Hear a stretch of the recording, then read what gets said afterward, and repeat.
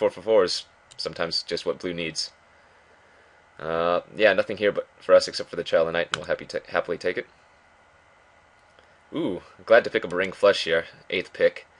There are just so many creatures in this format with 1 toughness that are either annoying or good in their own right, like Gideon's Lawkeeper. And having a ring flush or 2 is certainly fine.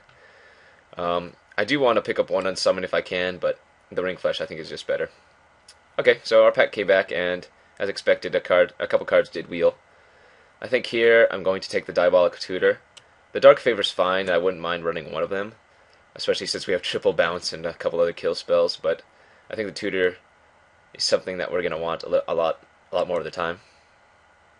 Ooh, wow, okay. So this is the pack where I took the Aether Adept over the Consume Spirit and Child of Night, and we were lucky enough to get our Consume Spirit and Child of Night back.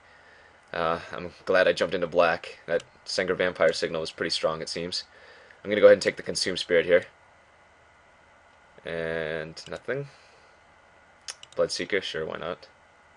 Distress, it's a fine sideboard card, especially if they have a lot of bombs.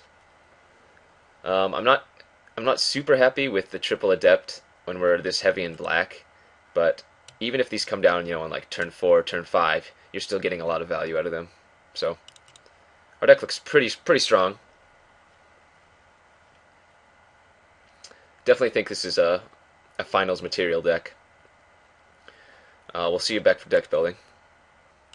Alright, deck building has commenced. Go ahead and throw in all of our fancy playables. Hideous Visage is actually an okay card in like the heavy black decks that are really aggressive, but I mean that's not our deck. Distress is potential. Ooh, double Bloodseeker. I don't know if I'm gonna run 2 of those. Definitely running the Child of Nights and the Doomblade and Ring Flesh. So we're already at 25 here, and I do want to get in that leak in the looter if possible. So 27 cards, and then I would not mind playing main. I'm not going to run the Visions. The Mesmerist is just okay, and the Coral Merfolk is fine, but I think we just have a lot of better options at this point. So I'm going to go ahead and cut the Bloodseekers, I think. I'm not too impressed with this card. I mean, it is better in multiples, and it is aggressive enough, but I think I'm just going to cut it.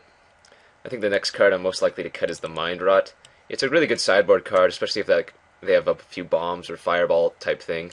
But if you're just playing against them blind, sometimes it's a dead card against the really aggressive decks that come out swinging on turns 1, 2, and 3, and you're forced to play a creature instead of Mind Rotting away some of their last cards. We're looking to cut 1 more card here, and the Blood Rage Vampire doesn't look like a really good fit, but then again, I'm really prone to cutting Diabolic Tutor, especially when I don't have excuse me, any super big bombs.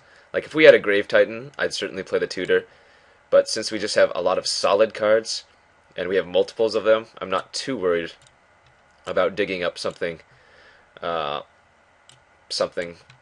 we can use later. So I'm going to go ahead and try this out. Cards to note for sideboard are the Death Mark, the Mind Rot, the Distress, and I guess the Bloodseekers if they have a ton of creatures. But this looks like a pretty good 23.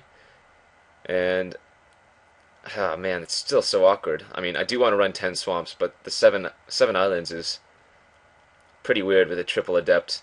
I feel like they're going to be stranded in our hand a lot of the time. I think just for that sake, I'm going to go with the 8, 9. This does make our Consume Spirits a lot weaker. But I think for the sake of us wanting to get our Aether Adepts on pretty early, I'm going to go ahead and try a 9, 8.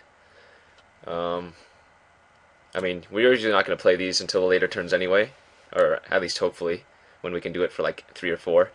But they should be fine early game when we have maybe 2 or 3 swamps and we can just kill one of their creatures with it. We'll go ahead and run with this, and we'll get back to you guys for round 1. Alright guys, we're here for round 1, and the opponent has chosen to play first. Man, we have a pretty easily snap mole hand. If we had a swamp instead of like the Crown of Empires, we'd keep it, but we just can't keep this hand here. And wow, we have another really mediocre hand.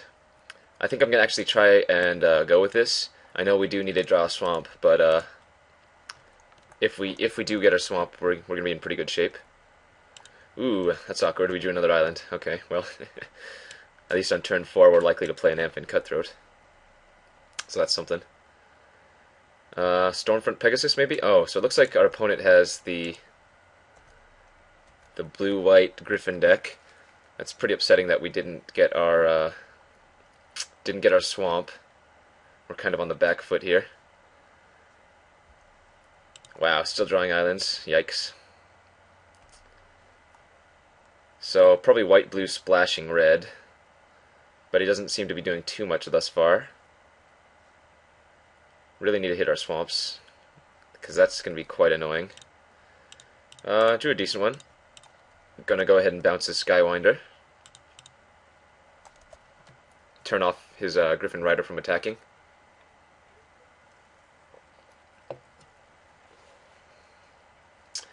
Aether Adept bouncing my Aether Adept. That's interesting, I guess. Alright, drew a swamp, so that's good for us. Here I'm actually just going to play the Amphin Cutthroat. It stops both of his guys, and it's going to be a lot more... Oh, well, I guess that doesn't matter. I was going to say, uses up our mana a little bit better than, I think, Aether Adepting the Griffin Rider and playing the Childer Knight as well.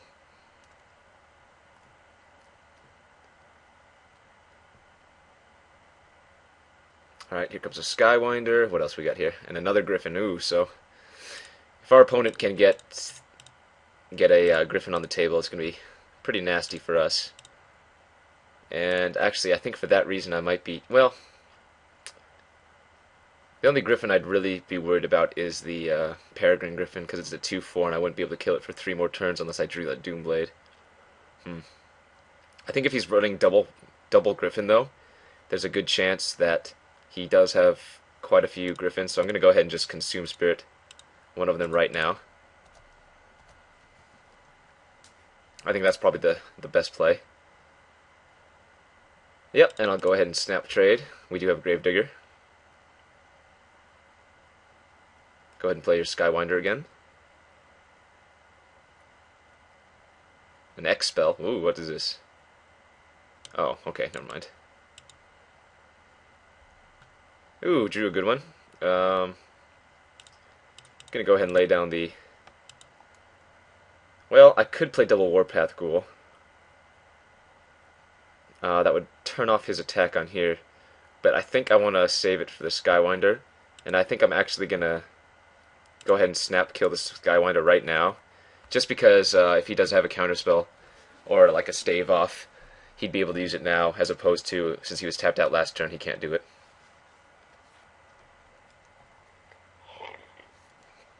Alright, our opponent drew a Griffin. So if we take this here, we're going to go to 8. Which is actually okay, since he can only attack us for 7 back in the air. So we're going to go ahead and take that. Gladly offer the trade, which he obviously won't take, but this gives us a little bit of an out. I mean, if he has any burn, we just lose, but so be it.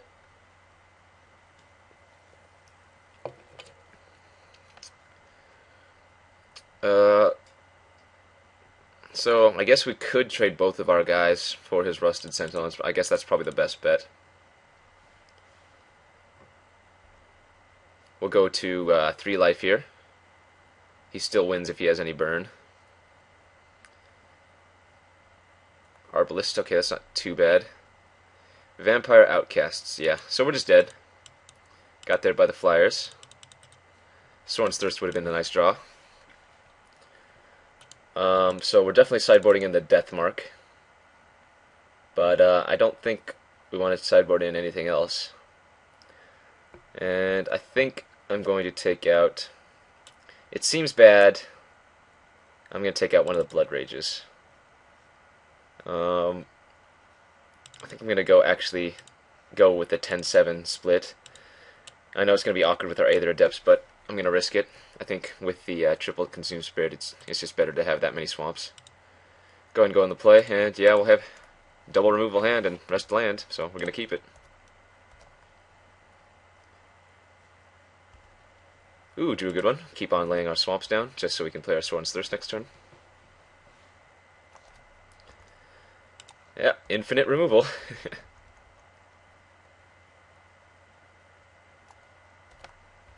Draw, go. A lot of a draw, go. Yeah, we'll go ahead and lay down the Child of Night. Our opponent F6, so he doesn't have any removal or counter spells, it would seem. Rusted Sentinel, that's no good. Go ahead and tack in.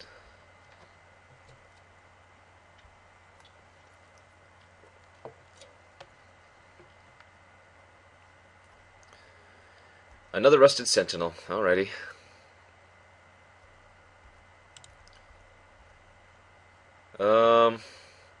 I could have double Sworn's Thirsted at the end of his turn, but that doesn't seem very good at all. I'm just going to go ahead and lay down the Merfolk Looter. He might have a stave off. I don't think I'm going to lay down my island, just in case I want to loot it away, especially if we draw something better. Aether Adept, that's no fun. Probably bouncing the Looter, I'd assume. Child of Night, okay, I'm actually fine with that. We'll go ahead and take that. Stormfront Pegasus. Okay, so I think I'm going to just Sworn's Thirst the Pegasus right here. Drew an Aether Adept. Okay, that's good. So what is the benefit of looting here? If I loot and hit something really good, I'd probably end up ditching... No, that's not good at all. If we loot here and we draw anything, we're forced to discard something good, whereas, you know, we can lay out all the cards in our hand, and I think they're all worth playing. So we're going to go ahead and do that. Bouncing one of his Rusted Sentinels is pretty good.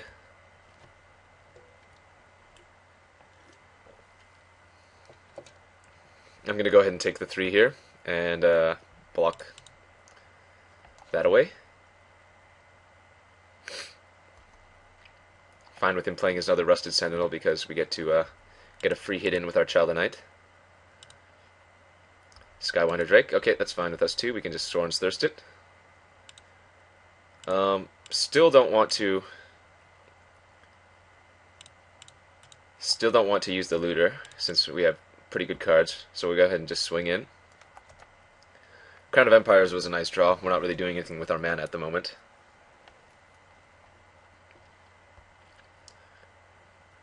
Let's see what he lays down. Alright, Assault Griffin. That's going to be death marked. And an Ice Cage already. So we'll go ahead and, I guess, loot first. Discarding the island we don't need. Deathmark. And,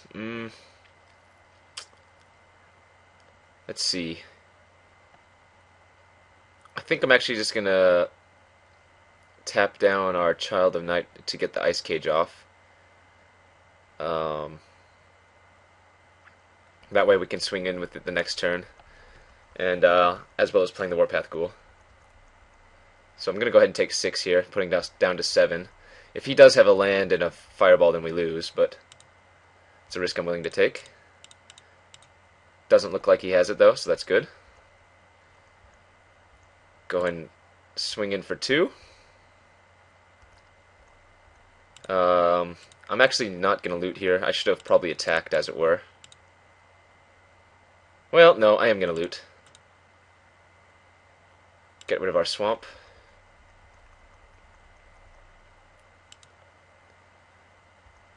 So we can tap down one of his guys. If he attacks him, we go to 6. He did not have the Fireball last time, so it's probably not going to be like that he has it again. Ooh, we drew a good one. Go ahead and attack with everything. And play our 4/4.